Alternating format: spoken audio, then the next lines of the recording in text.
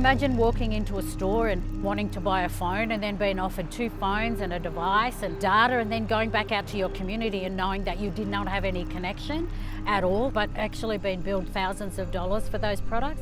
These are the sorts of horror stories reported by financial counsellors around the country that led to an investigation into Optus.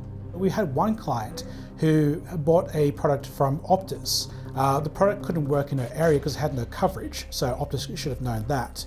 And when the client had tried to be able to cancel it, she thought she did, but not only did Optus not cancel the contract, but they ended up selling it to a debt collector and accrued even more charges. The consumer watchdog sued Optus last year. Now the company is settling.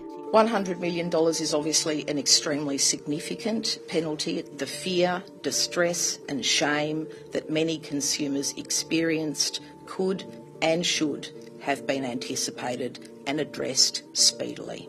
Optus admitted that staff acted against good conscience when they sold phones and contracts to more than 400 people at 16 stores around the country.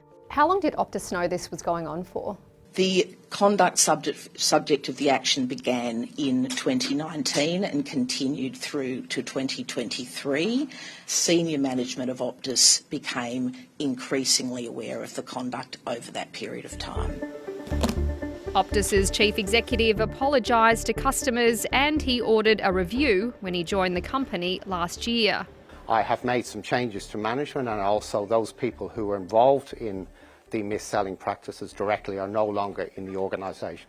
Optus's staff get bonuses for selling products, which the ACCC believes encouraged this misconduct. What we have done is change our commission structures so that it's based upon not just sales but also service, but also compliance.